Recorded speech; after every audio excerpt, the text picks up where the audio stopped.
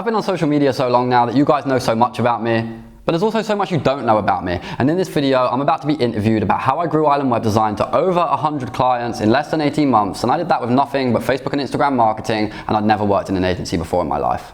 So in this video, we're going to cover my entire journey from starting Island Web Design to having over 100 clients in 18 months. We're going to cover how I started, all of the challenges I faced along the way, and everything that it took to actually get to where we are now. So if you can pay attention for about half an hour, this is going to be super valuable information. Now let's get into it.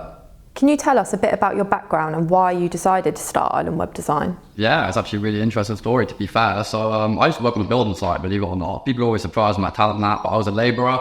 I'm obviously not very suited to being a labourer either. I mean, I didn't know anything about it. I wasn't that interested. I just wanted a job. And at the time, I was massively into crypto. That's another story for itself, to be fair. But I was massively into crypto at the time. And a massive part of crypto is developers. I'd always hear people talking about the developers this, the developers that. And I was like, I want to be a developer. I want to code. And I knew that developers make amazing money. They get to build interesting stuff. I've always been into tech. So I thought it was really suitable for me. So yeah, I started taking the Odin project, actually. Learning to become a developer. I suppose I did just actually skip a bit of the story because, like I said, I was into crypto. And I initially started to learn to code because I wanted to be a blockchain developer and learn how to develop crypto apps and blockchain apps and all that kind of stuff. And I just ended up naturally going down the route of web development. There's not a lot of information online about blockchain development. And I mentioned this in a YouTube video, but I took CS50 at first, which is like Harvard's coding course. But it's more computer science. There's not really much web development stuff. And it took me a little while to realize that actually I'm not even learning web development here. And I ended up going off and taking the Odin project, which is a free course online that teaches web development. There's a massive curriculum of 2 paths. So you kind of take all your foundation levels. They teach you all the basics of coding, HTML, CSS, and JavaScript. I've spoken before about how that was beneficial because the fact that I was able to learn vanilla JavaScript and CSS before learning libraries like React and that just means that I actually know the foundations. I'm able to carry over my skills a lot better. But yeah, so I started learning all that stuff, took the Odin project, took all the foundations, absolutely smashed it out. This is when I started waking up early because a lot of people know this about me, but I wake up at 4 a.m. And I've always woken up at 4 a.m., 7 days a week. And back then, that was when I first started waking up early. I started waking up at 5 a.m. because I had a full-time job. I wanted to be able to do the Odin project and still do my full-time job. So I was like studying at the start of the day at 5 a.m. and I was working after work as well, basically just falling asleep on my laptop. And eventually I worked through the curriculum. I got to the point where I get to choose my path because in the Odin project, once you do the foundations, you can then choose between whether you want to learn full stack JavaScript and Node.js or full stack Ruby on Rails. So I chose JavaScript and Node.js, ended up doing most of that, learning loads of stuff. But the problem with that was I was stuck in tutorial hell, which is like a really famous developer phrase, which just means you can't build anything on your own and you're stuck following tutorials. So yeah, I was stuck in tutorial hell, following tutorials on YouTube, and I realized I need to build projects for myself. And at this point, I just wanted to find some projects that I could actually build that weren't me following tutorials. So I looked around for a bit and I actually ended up finding this sick website called Front End Mentor, which usually just gives you a load of projects with different difficulty ratings. And you go in, take the Figma design and code them. And this was really difficult at first, and I did find myself looking online for tutorials and trying to follow them. But fortunately, there were no tutorials and I had to learn myself. So I started following all this stuff, and eventually, pretty quickly actually, I remember this is when the Queen died and we had the bank holiday. So I was off work and I was literally just at home and I'm practicing all this stuff. And eventually I was able to build out these projects on Front End Mentor pretty easily, which is really the job of a developer. Take designs and code them. So at this point, I thought I was ready to get a job and start a business and all that, but actually I was completely wrong, and I won't go into that because I assume you're probably going to ask me about that in a bit. But like, yeah, there's loads of stuff to do with design that I had to learn, and loads of stuff that you just don't know. You think that you can just learn coding and become a web developer until, and saying that, my dad comes along at the point where I'm looking for a job because I wasn't able to get a job in the industry with no experience and stuff. And at this point, I probably thought I was better than I am. So yeah, my dad comes along and says, "Oh, do you reckon you could make a website for CI Lighting?" Which is the company he works for. And I'm like, "Yeah, I can make a website for CI Lighting, sound. They're not going to pay me, but whatever, I'll get my portfolio up." So I code this website that's technically coded all right, but like the design was terrible. And this is when I realized that I needed to learn to design, which is another story, but that's basically how I got started out. I learned to design after that. We can talk about that a bit after if you want to know how I learned to design. And once I ended up getting my skills together, well, actually, no, I suppose I will elaborate on that a little bit because I learned to design. I spoke about that in my YouTube video, so anybody that's watching, let them know they can go check that out if they want to see it. But I learned to design, and I learned to design very quickly because of the approach I took, which was just to like take good designs that already existed and implement them myself, copying all the things that were right and making sure I don't do all the things that are wrong and all that kind of stuff. And once I actually got like to the point where I thought I was good enough, which was pretty quick, by the way, because of the method I took, me and my dad were on our way to Manchester to go see a football game. And while I was like cramped in on this little Aurigny plane, I literally pulled up my laptop and designed the CI Lighting website. And you can go see that now. It's on my portfolio now. It's extremely popular, and people still call me now and will be like, oh, can I have a website like the CI Lighting website? CI Lighting even paid me. They were like happy. My dad took me in to speak to his boss. He was well happy. He paid me. And now the website is like a massive tool for their business. So it was really helpful. And that's basically how I got into it. I know I gave you quite a long answer to that. But yeah, that's how I got into it. Just spent a lot of time working my job and learning all the skills I would need to learn, practicing projects and making sure that I could actually build real projects, and then learning design and going over and actually implementing this into real projects. At which point, my mate, who's a rapper, is a musician my mate from college in Brighton, so I went to college in Brighton, ended up making him a website as well. So now I had a good review from him, I had a good review from CI Lighting. And I was doing this thing called daily UI, which is literally like design one website every day. I had this like AI brief website where you could literally generate a brief for a random company, and then you could use that brief to design the website, and then I would take that design to code it. So I was just absolutely flat out dedicated, practicing all my skills. I knew I wanted something different than I had, and I'd learned from the people that I'd been watching and consuming online that you really needed to put in the time and the work to be able to do this. And honestly, that's the last thing I will say to this question is people seem to think that this is easier than it is, but like I dedicated a big chunk of my life to learning this, and that's why I'm where I am now. Thank you, that was really insightful. Can you tell me any of the challenges or hurdles you may have faced while starting Island Web Design? Hurdles. Loads of hurdles when I started the company. I just mentioned one. First hurdle, nobody took me seriously. I would go around to these recruitment agencies and people would be like, they would love me, they would love my work, they would love what I was talking about. I had loads of knowledge to share. I ended up talking with one guy about finance and investing in the stock market for ages. They loved me, loved my work. The second it came to, so where have you worked before? Do you have any qualifications? I basically would just get laughed out of the room. And in one of those very last times when I basically got laughed out of the room by a recruiter, I said there and then that I'm going to go start my own company.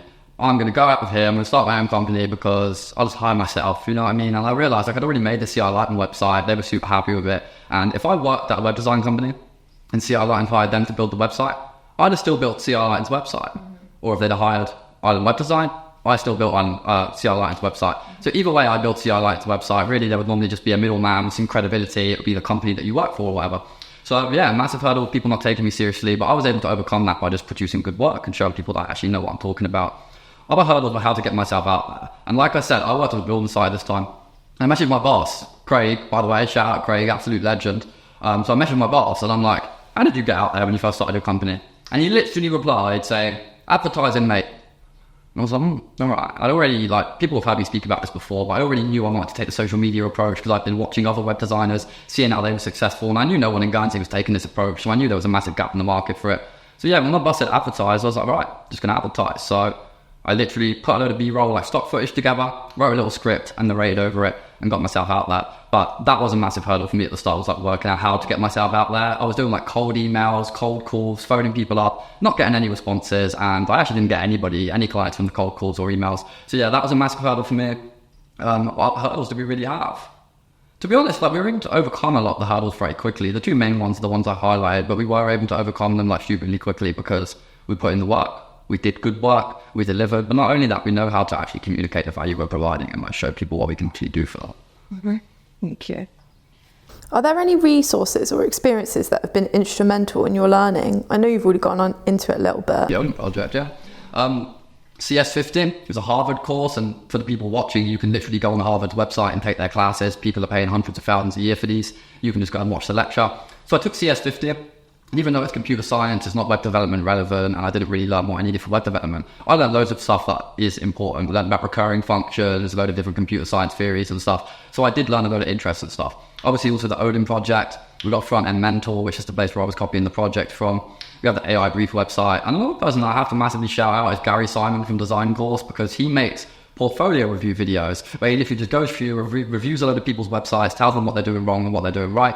I was just consuming loads of these videos, just watching Gary Simon review people, taking what he said and making sure I didn't make the same mistakes that the people he was reviewing made. So yeah, that's basically it. Mm-hmm. What is it that inspires you and keeps you motivated in your day-to-day practices at work? Build something. I tell people this all the time. I taught at the college, spoke a class at the college, and I told everybody at the college, if you look at human history, all the examples of people being happy or content, it's when they're building something and creating something. And I'm always telling people about dopamine and how you can flood your brain with the wrong dopamine from social media and that, or you can flood it with the right dopamine from building something and creating something and taking another step forward in the thing that you're working towards. So that was really it for me, was I'm building something. How would you describe your leadership style, and what would you say makes a good leader in the tech industry? Wow, what most people would say makes an effective leader probably doesn't summarize me, and I would say that that's what makes me an effective leader is I'm a unique leader because I'm like a real person, you know what I mean? I'm very dedicated to island web design, and people may say I'm very strict, but at the same time, if you do it right, then I'm not going to be strict. For example, we have this guy that works for us, Max, and I've, like the way that Max's, working relationship with island web design has developed is I'm pretty hands-off with him, and that's pretty out of character for me. That's because he knows what he's doing. He's able to go off and do it, and he's proven that. So yeah, my leadership style can vary depending on who you are, but like at the end of the day, people like me. People relate to me. I'm a real person. I'm real. I'm not sugarcoating anything. And my leadership approach is lead by example. I wake up at 4 a.m. every day, 7 days a week. And I wouldn't expect my staff to wake up at 4 a.m. 7 days a week because I'm leading by example. I don't even expect my staff to wake up at 4 a.m. I expect them to deliver on the work. So yeah, I try and have my leadership style as lead by example, but at the same time, it really depends who you're leading. What are the major achievements from island web design that you are the most proud of?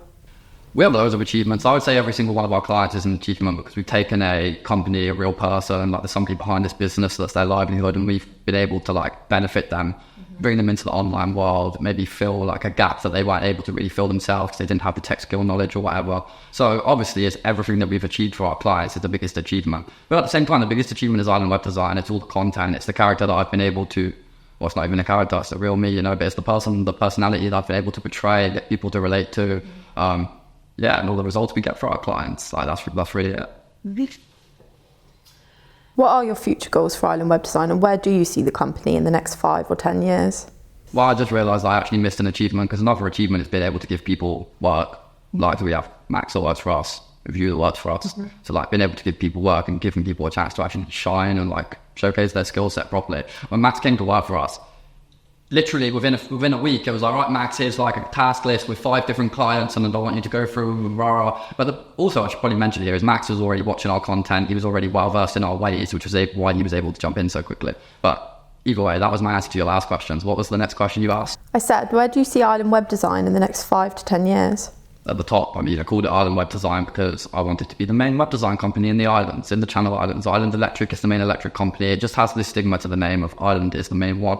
And it's clear as day what we do. Island web design in the islands. So where do I see the company in 5 years? I see us with loads of staff. I see us being trend setting, taking all these modern approaches and just leading the way in the industry online in Guernsey, Jersey and beyond. And just see us being a massive company with loads of staff, influential, loads of stuff going on online, content, and being known for educating people and teaching valuable skills. The whole point of our content is don't always be pitching people and selling them stuff. Teach them valuable skills. And I want to be able to, right now, I'm learning at the same time as I'm building. Eventually, I want to be able to impart that wisdom on, and that's obviously involved teaching our staff and teaching people online. So when you ask me where I see the company in 5 years, I just see us scaling. And not scaling just for the sake of being bigger, scaling for the sake of getting bigger and getting more resources to be able to deliver better results for all the businesses that we build websites and do marketing for, and give a better experience and whatever else you call it to the people that work for us. Correct. And also building absolutely massive websites for massive companies that people know well, because right now the quality of website we build for medium and smaller size companies are better than most of the websites that you see for these large companies like Nike and Google and Apple and all that kind of stuff. So that's where I see us, is actually building massive websites for massive well-known companies. But I still want to be able to cater to the local aspect and all the local clients and stuff as well. And I've always said that eventually, once Island Web Design gets bigger and we have more staff and resources, I want to be able to allocate a department to helping not-for-profits, non-profits, charities, and all that kind of stuff, because there's a massive community of those in the island, and a lot of them approach me, and a lot of the time we're not able to help them as effectively as we would be if we had resources dedicated to that. Can you give me an example of some feedback you received which significantly improved a project? There's loads of times where feedback significantly improved the project, and I may change the question a little bit, because let me tell you the most interesting piece of feedback we've ever gotten. Chris from Capital Studio, who, by the way, is a super interesting guy. He's also a developer who actually coded the entire Capital Studio software himself. But designed him the website. I was wild impressed with it. It was one of my favorite websites I've ever designed. I sent it to them for feedback, and I didn't hear back. And I have a good relationship with Chris as well, but me and him sound done. I didn't hear back, I waited and waited. And all of a sudden, I sent an email from Chris, and it's a PDF, and he's redesigned the website himself completely from scratch. And I like wanted to be annoyed, but then I look at it and I'm like, this is sick. Like he's got it way more on point than I have, just because he knows his business better than me do. And he's the only client to ever do that, like come back with a fully designed website. But that was the most interesting piece of feedback we got, because like I was like, I can't believe that you've put this together. This is amazing. And we were able to go and build it. So like, yeah, I guess I kind of changed your question, but what was the actual original question you asked? The question was, could you give me an example of some feedback which significantly improved a project? There's been, to be honest, right, there's been loads of examples of feedback significantly improving a project. I always tell people that like, that is the best way to get the best result, is getting good feedback from the client. I'm trying to think of any particular examples. So we had Atom water pumps where he said it just needs to be more Atom. That's the whole point of the feedback. We'll go off it one design direction based on their questionnaire and what they tell us, and then we find out if we're going in the right direction and decide which way we're going to go from there.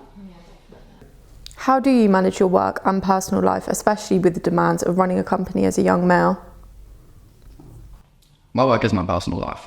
I wake up at 4 a.m. 7 days a week. On Christmas, I was up at 4 a.m. working, and I had my work done before everybody was getting up to open their presents. So I don't really have a work-life balance, and that's not like a bad thing, not stressed or anything. This is my life. This is what I want to be doing. And like, for example, people always tell me, oh, you should take a break. And they always say, what would I do?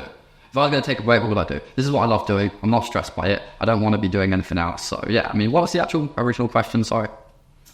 How do you manage your work and personal life, especially with the demands of running a company as a young male? Oh yeah, so yeah, as I say, I don't actually have a lot of like work-life balance. My life is the company. This is what I want to be doing. I'm absolutely content and happy building this every day. So yeah, I don't necessarily want a work-life balance, especially when I've got so many, like, I've got staff relying on me, I've got clients relying on me, but eventually I will develop a work-life balance. But people forget what got them there. What got me, and I'm web design to where I am, is waking up at 4 a.m. and absolutely smashing it every morning. So now that I've got Max on board and you on board and other people on board and other stuff going on and Yuri, why would I stop doing that? I'm not going to forget what got me to where I am. How would you deal with creator's block or periods where you feel low in inspiration? Inspiration. I spoke about this in a video recently about how you use inspiration with design, and I don't really get creative block because people think design is like art, but you're supposed to create things from scratch, but you're not. You're supposed to take different styles and mix and match them to create something. So when I get creative block, I go and find inspiration. What are other people doing in this industry? Let's say AUTAC. Go find other private jet websites. What are people doing right? What are people doing wrong? Put a mood board together, just start putting stuff on the page, and eventually something will come together. I don't really get creative block. I'm always coming up with ideas, and like, creative block is one of them things where I believe you kind of impart it on yourself. By believing like, oh, I'm stuck, whatever. But like, I always know what I'm doing. I always know what the client wants. I'm confident in my ability, and I don't really get creative block. What advice would you give to somebody who is wanting to start their own web design company? And are there any common pitfalls that you would tell them to avoid? People need to know you exist. It doesn't matter how good of a web designer you are or web developer. If you don't know how to sell yourself, get yourself in front of people and make sure people know that you actually exist and nothing's going to happen. Like, honestly, there's so many talented web designers or developers that don't want to be salesy, and therefore they don't know how to sell their work. They don't give context with their work, and it ultimately detriments them. But yeah, like I say, it's about people knowing you exist. And like, for us, that was putting content out there and making sure that we're everywhere and people know that we know what we're talking about and we're imparting value. But really, it's just about making sure that people know you exist. They know you're there. They know exactly what you're selling, exactly what you do. As long as you make it clear for them and easy to navigate, digestible, you're good at what you do, and you put yourself out there, people will come. Don't be scared of being salesy. There's so many creators that are like, I don't want to be salesy, but then that means that they can't sell themselves. And if you really loved your work and cared about the creative process, you'd want to sell yourself so you can do it more, so people can benefit from it. There's loads of big lessons I've learned from running on web design. The first one is not to quit, as in like, people fail because they quit. They literally, something happens, so they quit. This happened, so I quit. This happened, so I gave up. I was so stressed out that I couldn't carry on. If you actually just keep it up and just like work through your mistakes, learn what you did wrong, and improve on it, and actually carry on, obviously you have to be good at what you do, then you're obviously gonna do well. Like, I just didn't quit, carried on powering through all of the things that like messed me up at the start, and now we're here, and now we don't have any of those problems. And the other thing is learn by doing. I mean, the amount, obviously I had a massive skill set before we started Island Web Design, but the amount of things I've learned by just doing them in a project is like a massive list of things. Like, literally just like, we'll have a project, there's a new thing we need to learn, so I'm on Google learning how to do it and implementing it in that project. And that's always the quickest way to learn, because it's kind of to do with the pressure of knowing that you have to do it. But yeah, and then, so we've got that, and don't quit, don't give up. If something goes wrong, power through it and learn how to fix it. I guess I don't intend to leave a legacy, because I intend Island Web Design to still be around. Like I said, I intend to grow it. I called it Island Web Design. I called it Island Web Design because I intend for it to be the main web design company in the island. So I intend for it to still be around. If there's going to be a legacy, it's going to be a legacy talking about a company that still exists and is still operating and is still building that legacy. Mm-hmm. Okay, so what advice would you give to the next generation of web designers and developers? Do it differently. The first thing that I did when I started is I looked, all of the big web designers on social media are doing social media. Like they're on YouTube and they're getting clients like that, and that's how they're able to grow. Nobody in Guernsey's doing that. I literally looked on Facebook ad library in Guernsey and Jersey, no web designers, especially none with their face in. There's a few faceless accounts and stuff. But yeah, literally just do it differently. Identify the gap in the market, make sure you're like at the forefront of all of the trends and the, you know, the modern movement. Like social media is a future facing trend setting industry, and you need to be able to stay at the forefront of it. And the reason people get left behind is because the internet moves so quickly and they're kind of stuck with all of the technologies and skills and what was going on when they actually learn rather than what's actually happening. And a lot of the time they struggle to keep up with it. Whereas we're able to keep up with it. What ethical considerations are important to you when running Island Web Design? I suppose it depends what you mean. I mean, there's loads of ethical considerations. You're working with people with data. People are trusting you with information about their business. Sometimes you'll know how much they make. Sometimes you'll have their logins. So I mean, you just got to be ethical. Literally, like, I wouldn't say there's any specific, like, things to be ethical about. Just be ethical in general. Be ethical with everything. Because if you're not being ethical with one thing, you're being unethical with it. And you definitely can't be unethical with everything. I always say build up goodwill in your audience and don't extract it by pitching them or trying to sell them something unless you absolutely have to, and unless you actually think it's going to provide value to them. How do you approach strategic planning for Island Web Design? Strategy is so important, and so many companies overlook this. Like, I spend so much time thinking about what content are we going to make? How are we going to do this? What's the target audience? What do people want to see? Get a new website out there, get this new piece of content, inform people about this. There's so much strategy. And it's not only that, it's all the systems we've built, our standard operating procedures in ClickUp, notification system, our onboarding system, the welcome emails we send people, like absolutely everything. Obviously, we do loads of strategy. I spend loads of time like planning, working out what I'm doing, like speaking. We have a team meeting once a week where we talk about everything and we talk about the different approaches we're going to take. But we're always thinking about what content we're going to make, because content grows our business. People seeing us on camera. What content are we going to make? What do people want to see, and can we provide value to them? This is my last question for you. What advice would you give to somebody who is looking to get hired in a company like Island Web Design? Well, I just told you why Max got hired by us. I just told you everything that Max did that impressed me. So to be honest, I would say, like, take a lead out of fucking Max's book. You know what I mean? Like, honestly, I've just told you guys, Max came into the company. He'd been watching us. He already knew our ways. He knew, like, a lot about us. He had context. If I asked him something, he would be able to talk to me about it and know. And, you know, like, we were able to relate on a lot of things because he'd been following us and he knew our ways. And then he got in. And now, like, if I let him work from home, which I do let him work from home a lot of the time, I know that he's going to clock in 9 hours that day or 8 hours that day. I know he's going to get the work done. And I know what he's delivering is good. At the end of the day, everybody that you work for is going to have different rules. I might want people to be in at 5 a.m. Some people might say you can start at 10 o'clock. So there's no specific rules for it. But just make sure that you're, like, dedicated. I always tell people when we're hiring, in our hiring video, we need people that actually care about web design, not just people that look at it as a job. If you ain't made websites at home in your own time just for the sake of it, then you're not the person for us. I'm not looking for somebody that's just building websites because it's their job. So you just need to be passionate about the company, you need to be dedicated. And the most valuable thing with any employee is, rather than me say to you, I need you to go and create these ads and this campaign to get this result, I should be able to say to you, we need this result. Yeah. And you should be able to say, I know how we can get that result. And go, well, like, Max is multi-skilled as well. I'm using Max as the example, but like, Max is multi-skilled as well. Videographer, development, you can do some design. So like, the more skills you have, the more valuable you're going to be to a company. I actually have about 5 to 10 skill sets, and if you wanted to hire me, you'd have to hire about 10 people. We need to know what role you want. Like, if you're applying for the job and you're interested in this and that, I need to know, like, what are you trying to do? Do you want to be a developer? Do you want to be a marketer? Whatever. Yeah. That's all I've got for you, actually. So, well, yeah, awesome. Like, I could carry on talking about this stuff all day. I mean, this is the last thing I'll say, and I tell my clients this as well. You're never going to be able to annoy me asking me questions about this kind of stuff, because this is what I love talking about. Thank you. Thank you.